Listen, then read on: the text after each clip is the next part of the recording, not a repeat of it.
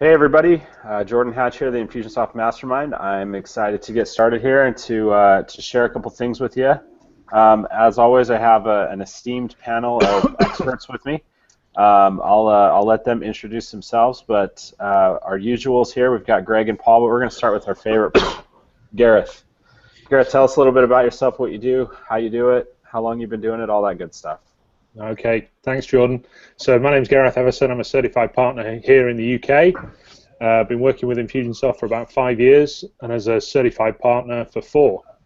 I work with primarily UK-based businesses in some pretty tight and varied niches, professional services guys like accountants, people that sell high-value home improvement services, hot tubs, cleaning services, that kind of thing. And I think Jordan is going to focus on one of my other niches today, physical therapists. So nice to meet you all, and great to be part of the mastermind. Thanks for coming on the call. We appreciate you being here. Greg, you're up. Yeah, so Greg Jenkins with Monkey Pod Marketing. We focus on providing premium education for entrepreneurs. So the first way we do that is virtual courses, and then the second one is through live events. And that's been my jam since about May when I left Infusionsoft. Prior to that, I was in-house with you guys. Sweet. Awesome. Thanks for coming on again. Yeah, happy to be here. Paul, you're up. Hi, I'm Paul Sokol, and I am a campaign builder maniac, and I actually get paid to do that for a living at Infusionsoft now, which is really fun. I'm on the Small Business Success Method team, and that's pretty much all we're doing is building strategies and campaigns and things for people. And I also put the stuff in the marketplace, so if anybody listening has used the stuff in the marketplace, thanks. Hope it's been helping you out, making you lots of money. Awesome. Cool. Well, thanks, guys, again for coming on. A couple of things before we get started. One is this is not an Infusionsoft sponsored thing, so this is me and my own whatever. So if anything that I say or that we say, don't count it as gospel from Infusionsoft. Second thing is this is recorded. It'll be uploaded to YouTube as quickly as Google Hangouts does it, and I'll send out links to everyone that's registered and probably post them online in the different Infusionsoft user group forums and things like that. Third thing, I don't know, what number am I on? Is this third? Yeah.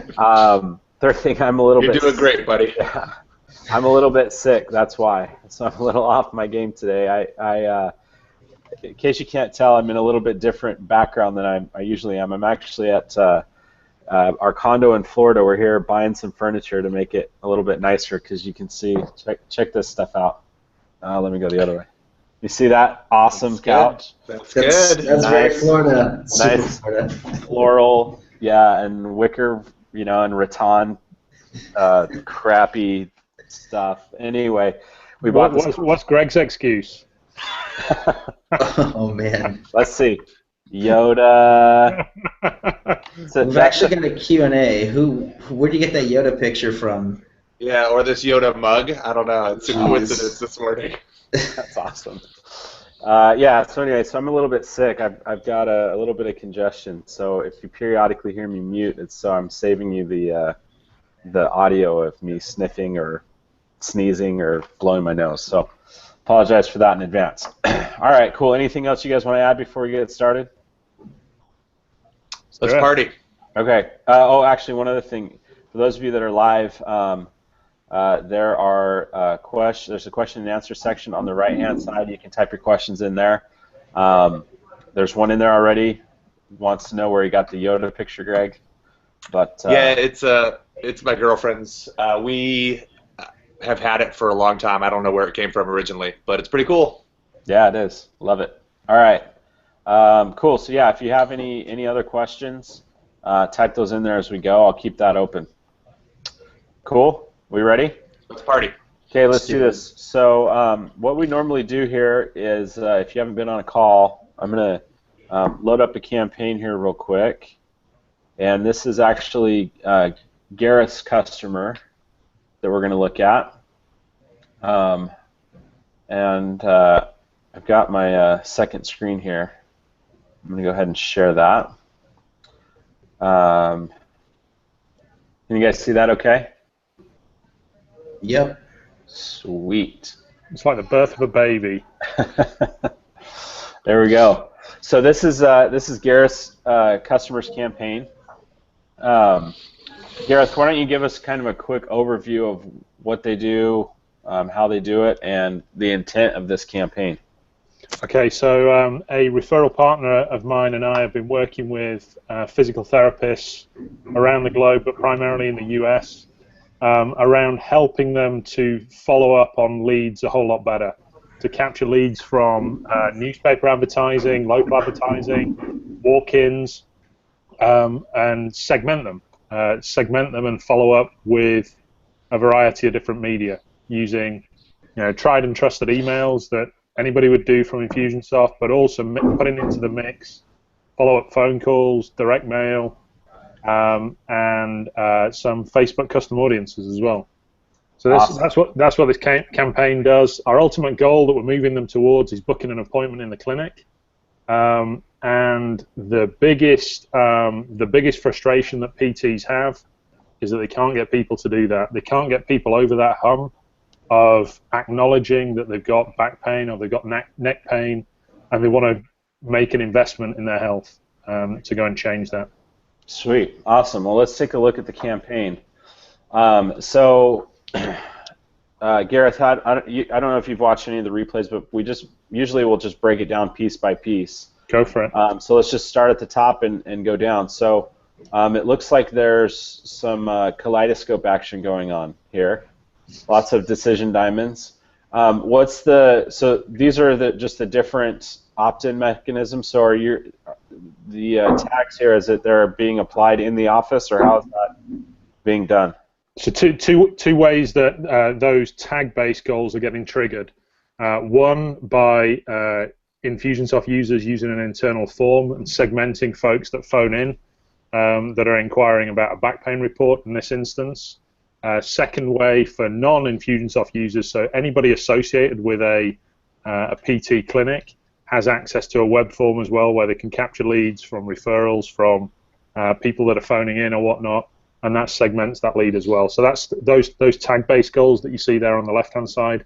They're just pulling in from that segmentation and admin. Gareth? Yeah, mate. I'm guessing that the web form that the people are using who aren't users and the internal form that people who are using who are is also used for other intake, and then they're like ticking a box to apply that tag. So Correct, it's only adding them under certain circumstances, right? Yeah, correct. And then Jordan referred to the kaleidoscope, where we're sending them down different pathways. Yeah. If we have their physical address, they go down the direct mailing route as well. If we don't have that, then they're just dropping into email, and vice versa. Okay.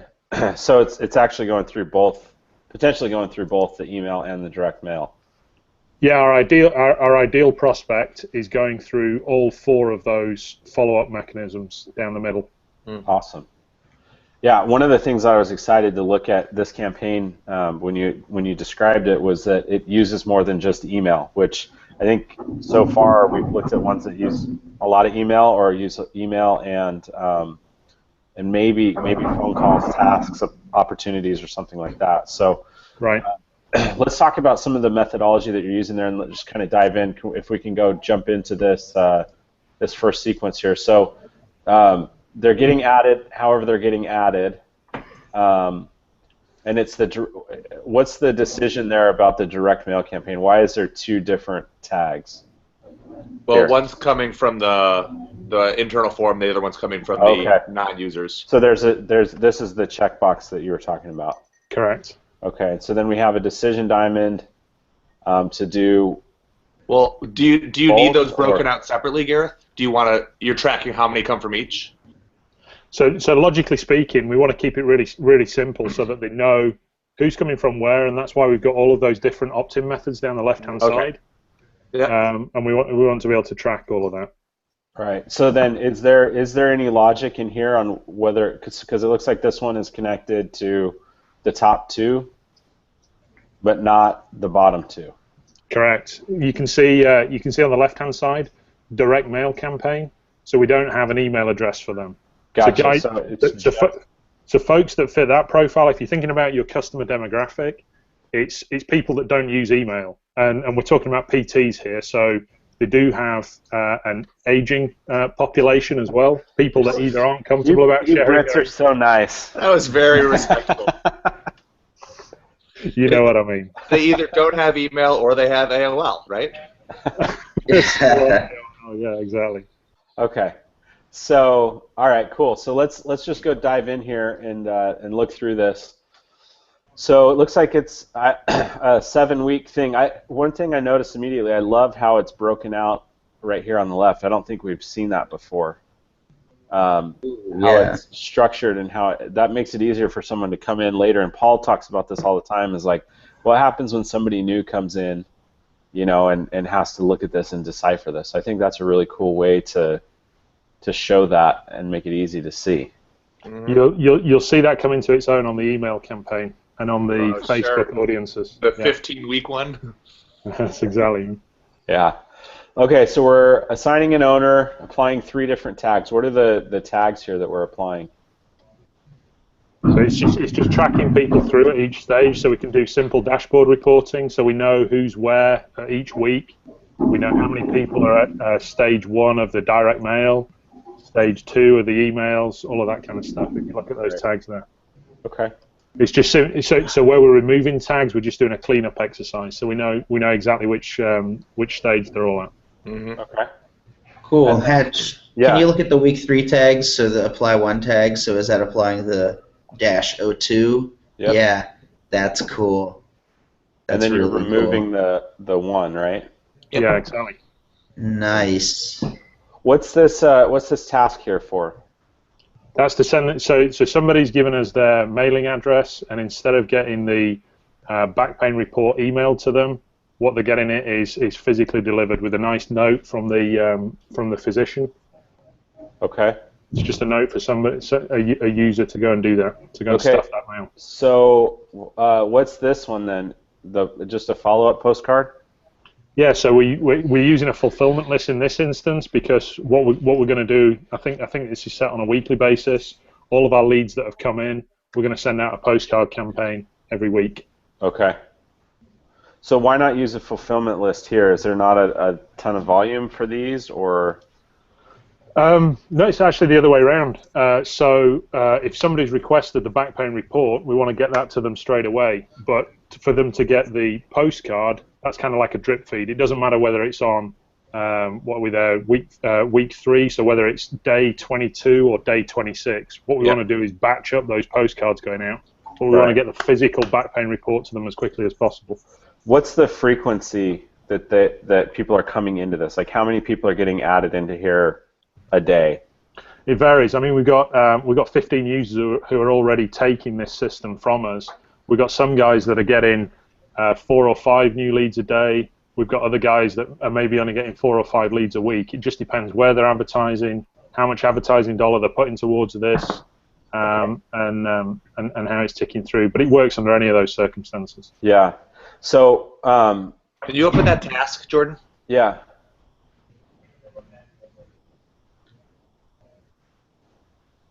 Cool. So the one question I have though is, with the fulfillment list, you could have it scheduled to go and batch them all out every day. Yeah. And do the mailing labels as well. Why not do that, or is it just kind of depends? It just really depends. They were a lot more comfortable getting into the habit of receiving those tasks. You'll see in the telephone part of the campaign, they're going to be getting tasks to make follow-up calls anyway. Okay. So they'll get in the habit of receiving and responding to these tasks. Okay. Can you open up one of the fulfillment ones? I just want to see how he has the batching settings going.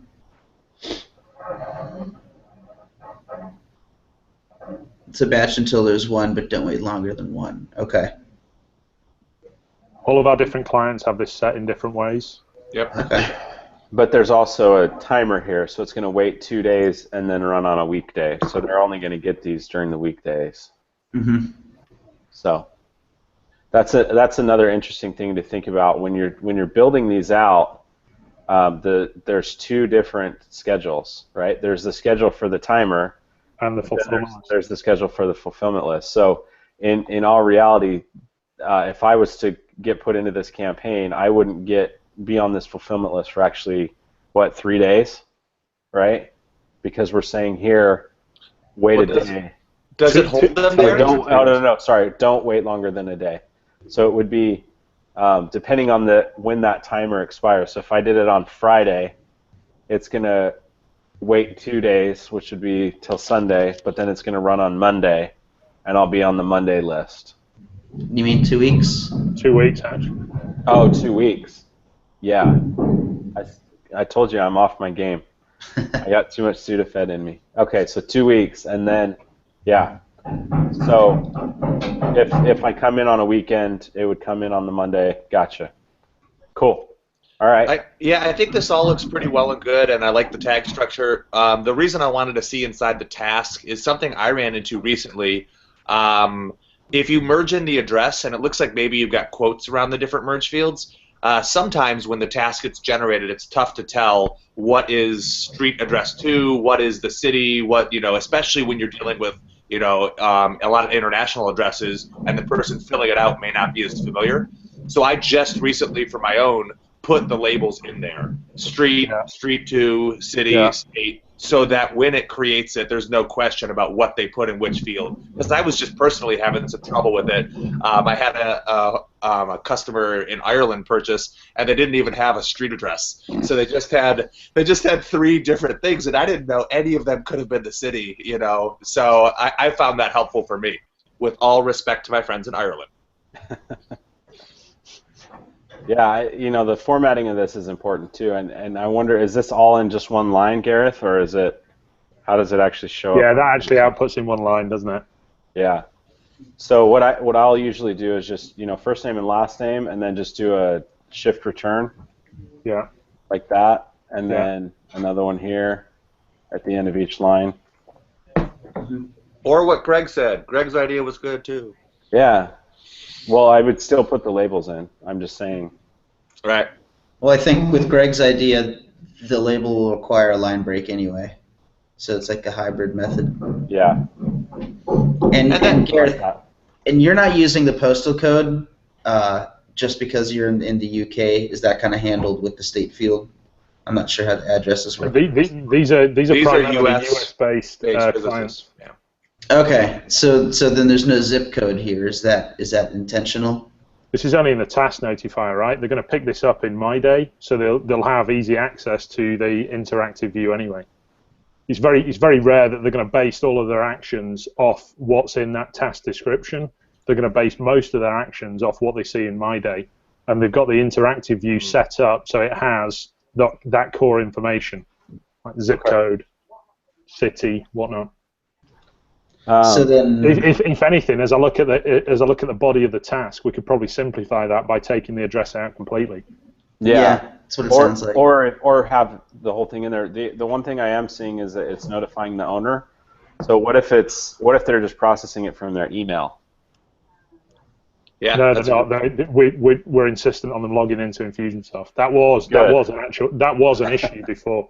Yeah, that's great. Yeah, they should be logging in, and I actually do like the idea of using a task for this to get them in the habit of logging into the system and using tasks and things like that. So well, go ahead and jump back to the campaign, and we'll take a look at the telephone calls just by way of a segue into how we're using tasks. Okay. Similar structure. I like that. Similar structure, similar format. So it looks like it's 1 call per week. Exactly. And I guess there's no checks and balances whether or not they make the call. It's just kind of it's going to keep moving either way, right? What I set up. So I'm disclosing all of this particular client's secrets here. They run an admin report to make sure that tasks are getting completed. Mm-hmm. We have a saved admin report that goes to the practice owner that checks what tasks have been assigned to folks and whether they've been completed. Yeah, so one thing I'm thinking, and I want to get your guys' take on this, is I love how it's structured to show the weeks, and we talked about that. I wonder, is there another way that we could structure this that doesn't follow the snake necessarily? You could just have a bunch of start timers. Yep. With each beginning with a longer delay, yeah. Mm-hmm. What about what are you getting at, Jordan? Well, the one thing I was thinking is, what if it was 2 start timers? One for the phone calls and one for the tags. With the timer, the same timers, you know, so it would have start timer and then wait a day, and then instead of having this and this in between the timers, it's just the tag or just the task, and then another start timer that has the same setup, but it's applying the tags and then a delay. What's the benefit there? Because you could do three start timers and have one removing the tags, one applying the tags, and one creating the tasks. I don't know what you're going for. I don't know. I'm just wondering if that could potentially be easier to see or to read or what. I don't know. That's why I'm asking you guys. Yeah. Maybe. It's almost I kind of like it. Yeah. Yeah, I just wonder about the following the snake, you know, down the tree kind of thing. But I like it sequentially because it's easy for me to say, okay, remove, apply, task, remove, apply, task. It's easy to kind of troubleshoot. And if you look at like the historical report in the sequence, you're going to see the same line. Somebody has made it all the way this far. If you have it broken out on multiple channels, it just to be a little bit harder to digest that way. Yeah, that's true. Paul, what were you going to say?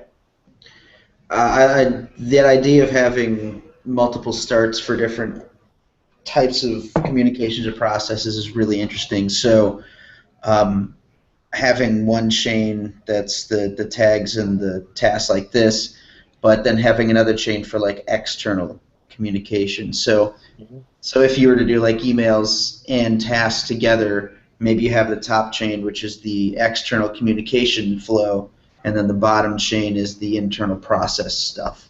So you can actually see visually how the internal and the externals work together, kind of like swim lanes. Yeah. Okay. Cool. When we got started with this, we tried to build everything within one sequence.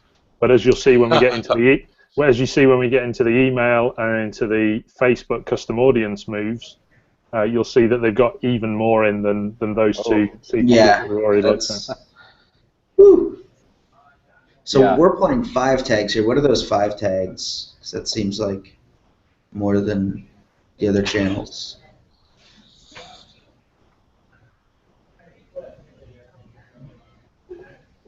So it looks like it's the step, the fact that it started, and that overall email campaign that they're a prospect and they requested the back report. Right. Sorry, Paul. So the way that the dashboard report looks, it's all in columns. So they'll see how many people are in the email campaign, and that's what the started tag picks up on. And then we'll be able to see week by week or stage by stage how many people are at that step. Yeah. So Gareth, I'd be interested to hear what you think. I know that you built this thing, but when you're looking at it right now, what's something that you're looking at and saying, "Oh, I wish I did this," or "This could be better," or So the one thing, the big learning experience that we had is that we're customizing copy for each and every one of these PTs that we drop it in for. And as you can see here, we've got different emails, we've got different ebooks, we've got different direct mail. The one thing that if I took myself back 6 months, I'd have a more generic campaign to drop into each of their accounts. That's the big thing. My big frustration about building campaigns like this is the way, in order to have it display on a screen, is that you have to build in all of this snaking. Right. Mm-hmm. Yep. So, how's it performing? Amazingly, every single client that we brought on board has converted new patients within the first 30 days. Nice. So it's positive ROI within 30 days, and that includes the premium onboarding. It includes my referral partners program. they're making money off the back of this by doing things that they've never done themselves. Most PTs are overly reliant on referrals, and what this allows them to do is to go after traffic, through newspaper and magazine ads, through Google advertising. It allows them to drop them into it. Yeah, exactly. Yeah, that's a big thing. Is it's one thing to do the ad. It's another thing to have something to catch it, to actually get something out of it. It gives them real confidence around their abilities to be able to do direct response marketing. Yeah, that's awesome. All right, so let's talk about this Facebook custom audiences one. That looks interesting. Tell us about that. So you guys have probably seen Sync Sumo. And all we're doing here is, instead of having our Facebook audience ads get tired over time, we're switching up the tags that get applied to them. So any of these tags, if you jump into, let's say, week 1 there, Jordan, look at the apply 3 tags. Each week has a tag assigned to it, so they're seeing a different ad in front of them in Facebook week by week. That's awesome. Did you guys see, I think, Plus This release some Facebook ad integration as well? Is that similar? I haven't looked at it very carefully yet. That's my impression anyway. It opens up Facebook advertising to a whole bunch more people. They can do it within Plus This or Sync Sumo, or there's another provider over here that were sort of market leaders in it. First of all, guys called DriftRock, who did this. Their market is more the medium and enterprise level customer. But there's a whole bunch of people doing this. I'm using the free trial version of SyncSumo, and I've been, it's pretty much met my expectations. My big concern, and Gareth, maybe you've dug into it more than I have, is that, a lot of people don't use their, the email address they sign up for stuff with as their Facebook email. And so if it's a different email address you have in your Infusionsoft database, it's not going to find them and retarget them appropriately, right? Yeah, exactly. That's what it uses to find them, I'm guessing. Yeah, so in different niches where I've rolled out similar campaigns to this, we've gone from anything from 30% accuracy up to above 90% between Facebook addresses. That's awesome. So depending on who the type of people are, maybe they are using it as their Facebook address as well. Exactly. What about how are the ads actually performing though? Like, does it work? Does it, it's a really cool idea, but are the ads, do they get a higher click rate? Do they get Is it a different call to action each week? Or are they just different? Ultimately, we want the same thing. We want them to phone in and book an appointment or book a visit or whatnot. So our call to action is always consistent. But what we're able to do with them is, based on the content within the emails, we're able to shift up the messaging. Some of those emails link to a specific blog post. Some of them link to a book on an online calendar. So we're shifting up the meaning and the messaging on these Facebook ads, and we're playing around a little bit with some of the funny impressions and whatnot. So in response to your question, Jordan, is it performing well? Well, one thing's for certain, it's performing better than not having them at all, because we're getting clickbacks into the website. So we're able to see by cooking them as well when they come back onto the site, who's taking action on those ads, and it's just something else in the marketing mix, right? Right. Yeah. Okay. But it's obviously working well enough for them to keep doing it and to keep pumping money into Facebook. Absolutely. Those that implement Facebook ads versus those that don't, we're starting to build up a whole bunch of stats across people that have implemented this. As I say, we've got about 15 clients already. I think about 12 of them have gone with the Facebook ads. Those guys are having more success than the 3 that haven't. Cool. But it's just added into the mix. Paul, you were going to say something? Yeah, go ahead, Paul. Yeah. So Gareth, I got 2 questions. So it sounds like the emails that you're sending out are also in alignment with the Facebook ads they'd be seeing that week. Is that correct? Yeah, there's a very common, a high degree of commonality there. Okay, cool, and that's a really awesome. This is a really good example of omni-channel marketing done really well. So I just wanted to call that out because that's really cool, and I'm not sure if people caught that. As far as the ads themselves, how are those like set up? Do you just have like ads that always run for a custom audience, or do you have somebody going in and I guess how is that set up? So the custom audiences we do by tag. If Jordan opens up the apply 3 tags snippet that we got there, we assign the custom audience to that tag. Anybody that has that tag is in that 01 custom audience. Okay. Back pane Facebook 01 reads exactly the same on our Facebook custom audience list. Okay, but as far as the ads though that you're serving up, those are constantly running, and then what's changing is the people seeing it. People cycle through them. People cycle through them, so over time, somebody that opts in cycles through our different ads.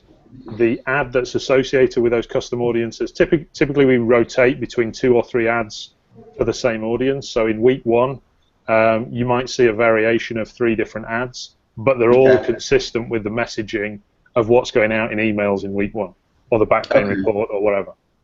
Cool. Okay, so you've got these 7 weeks worth of ads set up, and then you're not going to worry about touching those ads for a while until you have a need to then. No, because I mean, we might do every 6 or 12 months, but the audience is seeing, or the Facebook visitor is seeing different ads every week. Because they're in a different custom audience. Cool. So you've got, here's the 10 weeks of Facebook ads, and like you said, maybe every 6 or 12 months that'll change. So the ads are staying the same. It's who's seeing them. It's dynamic. Exactly. That's really cool. So Gareth, in your experience, what could someone expect to be spending in Facebook ads, like on a monthly basis, to implement something like this? Pennies. Pennies in the dollar. It really is. So our clicks, because it's really highly targeted, we're getting them at cents rather than dollars. Most of the clients that we have are spending under $100 per month to have this remarketing campaign. That's awesome. Yeah, wow. I'm going to do this, if I'm being honest. I've got several Facebook ads that I kind of cycle through, turn on and off. But as I'm thinking about it, I've got different lead captures, and based on what they've opted in for, I could easily show them the same thing I'm trying to promote via email in their Facebook feed, and I'd much rather do it that way. I had been using SyncSumo, like I said, but mostly to exclude people, to exclude customers and such. But this makes total sense to keep it in step with what you're trying to promote. Keeps your call to action really consistent. I'm a big fan. Cool. One question I had too is I haven't used SyncSumo, so you guys can probably answer this. What about using custom audiences as a lookalike audience? Have you guys played with that as a new, like for you, Gareth, for this one, using that lookalike audience as a new opt-in, channel? We haven't gone down that route yet. When you use lookalike audiences, you really need to tightly control it. So let's say this particular client here is targeting folks that are between 50 and 70 years old, that want to stay active, that want to play with the grandkids, that want to carry on playing golf without feeling back pain after 13 holes. So we're really honing in on that particular audience. So if we were to create lookalike audiences, we'd want them to be of a similar demographic, similar ages, similar interests. We haven't done that yet. We haven't gone down that route, but I'm sure we could. Okay. Yeah, and for those of you that don't know what a lookalike audience is, it's basically you create a custom audience in Facebook, like we're talking about here, and then you say, Facebook, go and find more people on Facebook that are like this. And so they use some sweet machine learning stuff to identify commonalities between the people in your custom audience, and then go and find more people that have those same commonalities. Exactly. So, big tip there, instead of doing it by your week-by-week custom audience list that we have here, do it by a larger custom audience. Yeah, because that'll continue to cycle, right? Yeah, that's kind of what I was thinking, is that I would use something like anybody that's in this whole campaign, right? That instead of just like they're in week 1 or week 2. Yeah, exactly. As my custom audience. Yeah. So. Yeah, it'd be like your whole list on the system: past patients, current patients, all your perspectives. Right. Yeah. So Paul and Jordan, are you guys feeling at all like Gareth just suckered us in here so we could compliment his campaign? I feel like he's just showing off. I'm not. This was like a few minutes before the call. Jordan saying, "Have you got any client examples?" No, this is good. I just feel like we're not making too many recommendations. We're just kind of admiring it. That's kind of where I'm at. Yeah. So we didn't talk about these ones here. So let's talk about that. These are web forms that are out there. So clients are recommended to use lead pages, and we have specific lead pages based on either the source of where those guys are coming from, or the particular medium that they're opting in on. So we got A5 leaflets, as you can see there. We've got newspaper ads, we've got postcards that go out, and we've got a Facebook campaign connected. The only reason we're using different forms there is so that we can segment them afterwards. So our little sequence that runs after it, we can just tag them according to that. So that's all that these do is just tags and. Yeah, most of the lead pages look identical. Okay. Can you open up one of those, like for example, like the leaflet one? I just want to see what tags are being applied here, because. All right, cool. So Gareth, maybe you can help me understand what would be the distinction between tagging someone as leaflet A5 responder and just doing a campaign goal report on that web form. Yeah, it's just a tag, right? It just gets stored on the system, so we know how they came into it. Right. But you can do it either way, Paul. Yeah. Okay. Yeah. Okay, so just personal choice at that point. Yeah, we've talked about this one on the previous calls. To me, putting the tag there is a more universally searchable thing, and provided that you're using the lead source field as well, Gareth, for that. But yeah, are you using lead sources? We are using lead sources to a greater or lesser degree. Actually, in terms of the product itself, what these guys, because they're very focused on how many patients they're treating that week, whether it's themselves physically being hands-on, or their staff, we want to keep it as simple as possible for them. That's why there are so many tasks created in there. That's why we're tagging them based on everything that we know about them. If all they do when they go into Infusionsoft, when they get a moment between treatments, is either look at their dashboard or look at My Day, then we're good to go. And if we're tagging them, we can do stuff in the dashboard. And if we're creating tasks, we can do stuff in My Day. And that's fundamentally why we're using tags and tasks so extensively, rather than, say, saved reports and whatnot. Yeah. But lead sources to them, whilst it's, for the purists is the way to go, it's too complicated. We teach them the bare bones, the bare basics of what they need. Yeah. Gotcha. And I love that. I think too often people get in like the Ron Popeil set it and forget it kind of mentality with Infusionsoft, and they forget that there's lots of other stuff that can be done when you're using tasks and appointments and notes and things like that. So yeah, so that's great. All right, cool. Well, anything else in here that we want to talk about, or do we want to move on to another campaign? We've got that's cool. 15 minutes left. So that's really cool, Gareth. I love how you've done the omni-channel stuff and splitting each channel out into its own sequences. Thanks. Pretty nifty. Yeah, I love it. This is one of those where I don't think that really there's much for us to say, hey, you should try doing this way, or I think it's done really well. So yeah, I would do it all the same way. I would just do it a little bit better. Is all. That's all. Just step up your game just a little bit. No, it's great, man. Yeah.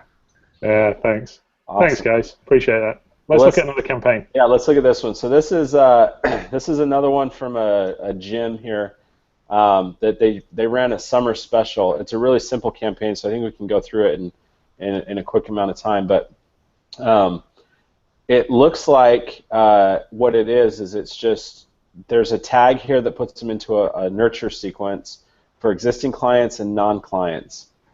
This one I almost can guarantee you there's things that we would do differently. So we'll have a lot of suggestions here. But then from there, if they buy, there's some reminders that go out. And so let's just kind of, I've gone through the campaign already, so I'll spare you all the details about it, but it is a gym, and they're trying to drum up business in the summer, which is their slow month. So, and it actually happens to be my sister-in-law's gym. I didn't build this campaign, so it's cool though. So just no filters on this. So it looks like they're adding to that tag and then sending out different success story emails. And I wanted to look at this one and kind of go through some copy and some email design stuff. So this is for existing clients, and they're sending out this email here. And I know what I want to say about it, but I want to get your guys' take on it and see what you think. Well, it's hard to read. I mean, there's just a lot of text with very little spacing, which just makes it a little bit hard to digest right up front. Yeah. I mean, it's hard to get the email opened. It's coming from the contact owner, and it says, "Hello, Carve family." Like, that doesn't seem to be super relevant to what we got going on here. I mean, well, I'm unless guessing Carve is the brand, right? Carve is the brand. Yeah. So the Carve family is like their followers or their tribe. They're their Right. Yeah, it's their clients. People that come into the studio. But yes. How is that subject line relevant? That's almost like something that a vendor would send to Brooke. "Hello, Carve family. You now are using Infusionsoft payments or whatever." Like, right. That's just more of a confusing subject line than anything else. Because that subject line doesn't tell you anything about the email itself. No. Yeah. Yeah. Yeah. My other thing is there's no call to action. No. This email just is like, "Hey, I wanted to send you a success story," and that's it. Like, there's nothing. Like, what do we want them to do about it? And for me, if you're sending someone an email and you're taking their time, you better freaking have something for them to do about it. Like, if you don't, then why the heck are you sending the email? Right. I'm also mastermind, and it's coming up, right, Hatch? Say that again. Kind of like when there's a mastermind coming up, and the email says, "Look for a link in a couple days." Yeah. Did I do that today? No, the other day, I don't know. It was I'm totally just busting your chops. Dude. Yeah, no, I know. It just wasn't much of a call to action in that one. I just forgot to put people in a campaign. All right, Paul, just leave me alone. I'm trying to buy furniture for my condo in Florida. And I'm sick. The struggle is real. I sent the email out an hour before the call, like I said I would. All right. Yeah. Anyway. So all of those points notwithstanding, I think there's too much in here. So I think they can move away from having so much text in there. We could make the call to action be a link to a blog post on their site. Right. So that case study. I mean, this is a gym, right? Let's get some great shots of the clients having fun. Let's get some engagement. A photo of the person that's giving the testimonial. That's what I was going to say. Show me this person, right? Yeah. Mm-hmm. Create that connection there. I totally agree. All right. And then on site you can have a call to action of to go and book this class. Yeah. Mm-hmm. So this one was to existing clients, and there is kind of a half. I'm going to keep it PG, but it's a half call to action that says. I was going to put a word that starts with A there, but feel free to pass this email along to friends and family that you think may benefit from joining Carve. Like, it's like, hey, if you kind of want to, maybe you should. And knowing my sister-in-law, that's probably how she would actually say it anyway. Yeah, but, right. Like, have a strong call to action that says, hey, I'm going to send these things to you every week. I'd love for you to share them on Facebook and have a big Facebook link right there to share it on Facebook, or share that, like Gareth said, send them to a blog post or put a picture of somebody in there, but have a really strong call to action. I'm a little curious about that first sentence. During the month of June, I want to share with you success story. I'll be doing it every Friday. I don't know enough about it, but it seems to me there's an opportunity here to make this kind of evergreen. And instead of using the date timers for the specific month of June, you know, they could have this as part of a like an indoctrination sequence when Sure. when new people sign up to keep the commitment going. Because at the way she's got it, all of these dates are in the past, and unless she's planning to recycle it next year, this campaign's done. You Right. know? Yeah. I think That's that's a great actually- suggestion. That's really smart. And then you could use the date month merge field. So just have it wait until the first of the Right. month and then on a Friday. Yeah. Yeah, and you could use delay timers to create a similar cadence, right? Mhm. But the date timers, it's fixed, and these are now done. And I get maybe it was a one-time thing and she was just doing it for last summer, but let's be proactive about it and consider most years have a summer, so she's probably going to come across that lull again, right? Mhm. Unless you live in, like, I don't know, Game of Thrones, Alaska or something, and there's no such thing as summer. right? I'm just kidding. All right, so there's more emails that are just almost exactly Similar. the same as that. The one thing that was interesting though about this is that they split out existing clients and non-clients, and the email is actually almost identical, but it does have a call to action. We offer a free class, right? Like, but again, that link is so small. Yeah, I mean, you have to see it. Like, I can barely see it. You know, they have to click right there to make that happen. It should be, you know, a big freaking button or something like that. One little trick that I like to use is this: use a title snippet and turn that into a link. Click here for your free class. And Well, like Gareth said, you could even drive them to the website where you have the rest of this testimonial and the call to actions there. Yeah, exactly. And then you link out to it, right? So you link out to, you know. Paul, we got another good subject line for you there. Yeah, hello from Carve Studio Linden. It's great. Right. I guess I would want to know how soon are people getting these emails? Like, did this go to every single buddy that was on, or every single person? Yeah, I think so. I'm sick too. Oh, geez. Is this going to everybody that's on the list, or is this something that, like... Yeah, I think when I looked at the stats, there's about 765 people or something that got this one. So, yeah. Okay. So yeah, anyway, go ahead.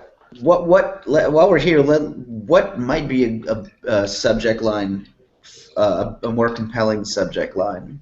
So maybe like summer success stories from Carve. Yeah, or you know, post-pregnancy fitness recipe or something, right? Yeah. Like it's something that ties to this story, and then each one you focus on whatever the takeaway was. That's where I would go, I think. Yeah. So one thing that can work as well is if you the closer that you can use a testimonial like this, the closer you can get that to the person that's reading it, meaning like as far as a relationship goes, the That's better. me. So Yeah. if you said something like how a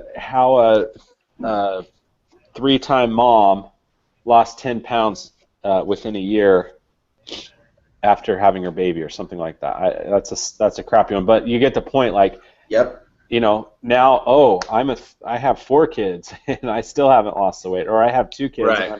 and I'm pregnant. You know, Exactly. that would help. Using the word "these" as well gets people engaged because they think, oh, what these what? So if you got that in the subject line, using these 3 tips or whatnot, that Yeah. gets people acting.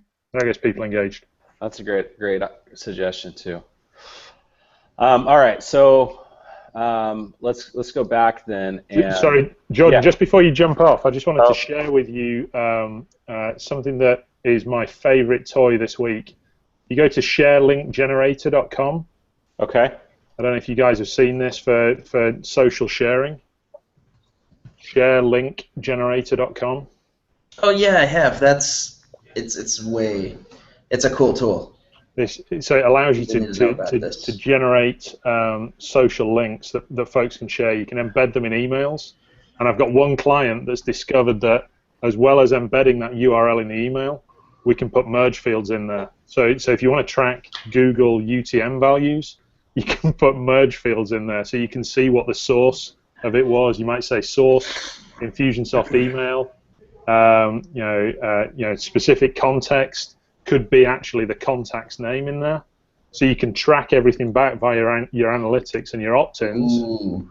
Who clicked on that link and where it came from. That's awesome. You know what else is awesome here? I'm at ShareLinkGenerator.com. There's an email link, which is a really great way to create almost a faux forward to a friend feature, because you can pack in subject and body and all that jazz. So, click here to forward to a friend just opens up a pre-written email, and they just have to put in the two. Which is a really underused tactic. Yeah, that's pretty awesome. No, this is good. I've been using a different tool that's similar. It's not nearly as sexy. So thanks for that, Gareth. No worries. Aren't you glad that we got Gareth on today? So that he can tell us? I'm always glad to hang out with Gareth. Back at you, Greg. Raise your game. Isn't that what you said to me? Step it up. Probably, yeah. Sounds like a little bit better. Back at you, boy. Gareth's gonna mic drop in a second. Okay. That's all right. So we're getting close on some time, but let's go through this here. So it looks like when they purchase, they're adding the tag and then sending some reminders. Let's go look at what those look like. So, I think an angel just died, by the way. All the emails were called the same thing. Reminder email. Ooh. Oh, yeah. Copy and paste issue. The one thing is that she never puts carve like this with all caps. So that was my first thing. But so, make sure that there's continuity with how you actually do things.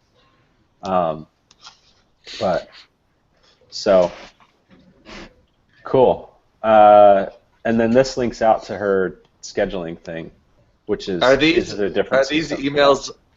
emails identical? Do you know? Let's look. Because I don't see anything unique about that one.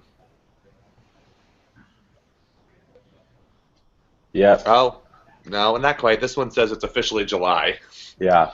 Yeah, it's the same subject line though, for sure. Yeah. And that could be a merge field. It's officially. Right. Yeah. So actually, her tactic here is really good. The bottom 80% of the email is always the same, and then it's just the why are you getting this email from me is a little different, a little more relevant. Yeah.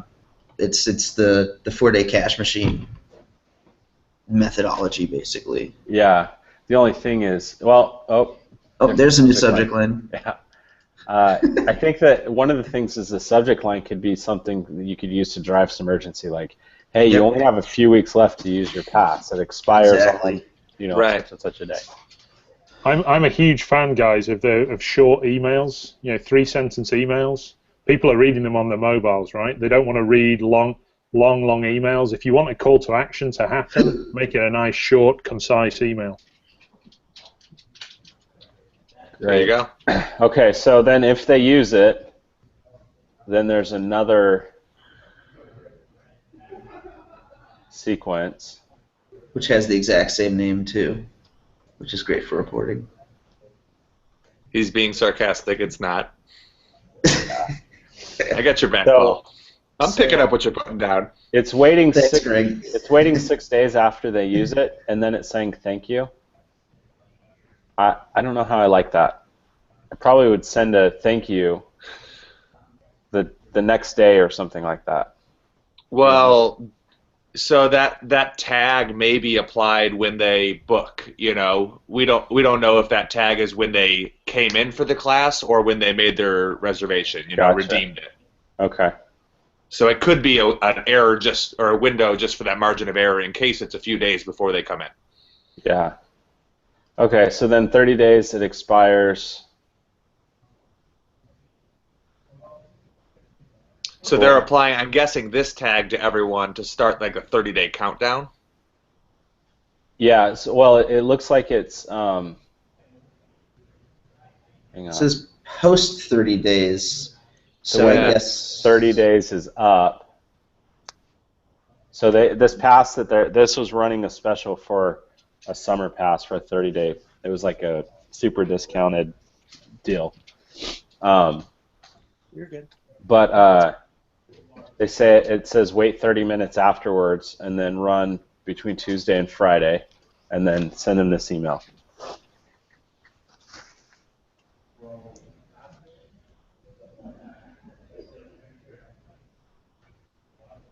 So one thing that I always like people to do is to have a good, better, best pricing methodology.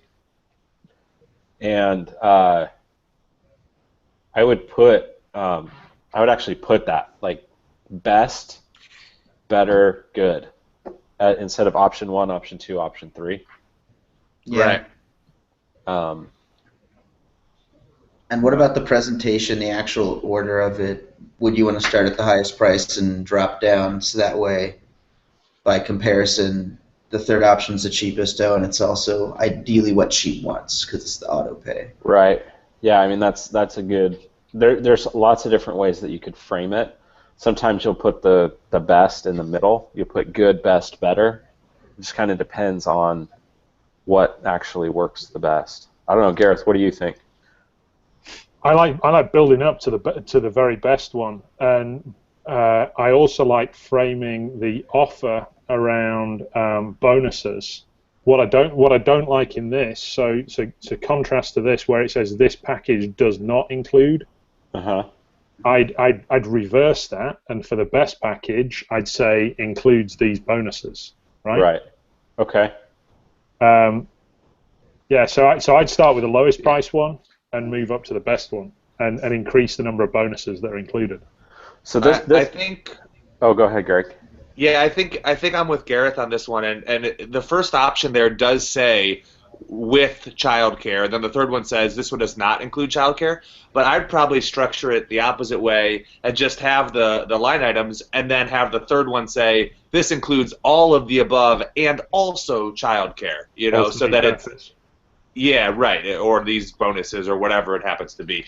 So that way you're just building on what you've already said, and it's clear that you're not only getting the previous, but also these other things, which, in contrast, means you're not getting those in the first one. Yeah, got it. Cool. Paul, go ahead. So then, Greg and Gareth, you're saying you would present 99, then 120, and then 125 in that order?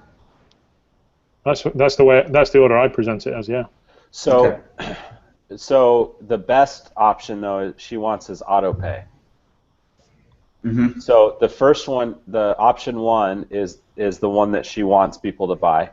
Mm-hmm. Option 2 is if they don't buy option 1, she wants option 2. If they don't buy option 2, then they buy option 3. Yeah, I'd almost go in reverse order here, because the bottom two do not include childcare. The top one seems to be like the all-inclusive package. Yeah. So what I'm hearing is, even just from a price perspective, 120, and maybe changing the 10 punch pass to be more expensive than 120, but so that it's like 140. Then a little bit cheaper, but it's per month, is 135, but then it's 99. Right. So you're desensitizing the price as it goes down. Oh, yeah. This one's only 99 a month, right? So exactly. And yeah, it includes all of these extra bonuses. Right. Yeah. Great. Cool. Well, I want to be respectful of your guys' time. We're out of time. Why don't I give you guys a little bit of a platform to give some final thoughts. We'll go in reverse order. We'll end with Gareth. So, Paul, anything you want to say, or how can people follow you, stay in contact with you? Okay, so people can follow me on Twitter at Voyix, VOYICKS. I'm also all over LinkedIn, and I just wrote an Infusionsoft cookbook, which is over 600 pages of different recipes for different things you can do inside Infusionsoft, and you can learn more about that at iscookbook.com. That'll give you some top 3 marketplace campaigns in addition to how you can purchase the book. Awesome. Thanks, Paul. Great. Mm-hmm. Yeah, so big takeaways today. I love the multi-channel marketing approach. Paul was calling it omni-channel. I love having, emails, of course, but then also those other touch points that help differentiate and, maybe put you top of mind outside of the inbox. I really like the Facebook custom audiences approach. I think that there's a lot of application for that, so I'll be interested to see, how other people interpret that and, internalize it for their own businesses. If people want to get in touch with me, you can do, I'm at monkeypodmarketing.com. I've got an active blog there. I'm Infusion Greg on Twitter. And I've actually got an offer for the listeners here. If you want to check out what I'm all about, go to www.monkeypodmarketing.com/Hatch. And it's Hatch as in Jordan's last name, yep. And you need the www because it is a lead pages page, but it's my mini pod tip series. So there are 8 quick Infusionsoft videos. They're totally free. There's a upsell for 12 more if you want to unlock those, but the first 8 are just bite-sized nuggets of, hey, I didn't know it could do that sort of things. So check that out, see what I'm all about. Great. Thanks, Greg. Gareth, you're up. So best place to go and find me is on Twitter, or Twitter, as you guys call it. And my handle on there is Gareth Everson. Go and find me on that. You can also, if you search askgareth.com, that'll land you on my website, or you can go there directly. It's crmforsmallbusiness.com. What I'd really like, if you've enjoyed some of the content today, tell me what you do with it on one of those channels, and I'd look forward to syncing up with any of the guys that are watching this. There we go. Hey. Unmute. Yeah. Jordan, before we wrap up, here in the States it's Veterans Day, and I just want to, say thanks to all the veterans and service folks out there who have, done their job serving our country. Yeah, I agree. Absolutely. Thanks, Greg. I was just about to send out my Facebook status update to say that as well. So thank you, before I started the call. So thank you for reminding me to do that. But thank you. Right on. All of you and for my fellow Brits, it's called Remembrance Day over here, so thank you. Awesome. Yeah, right on. Cool. So thank you guys for coming on. Thank you for watching. Again, the recording will be posted as quickly as Hangouts uploads it to YouTube. I'll send out links, and I'm sure these guys will send out links as well to the recording. Thank you for coming on. Stay tuned for the next episode, and we'd love to have you again. Thank you guys for coming on, and thank you for your wisdom and input. It's been awesome. So, thanks, guys. Hey, thanks, Jordan. You're welcome. Thanks, Jordan. We'll see you Later. Catch you later.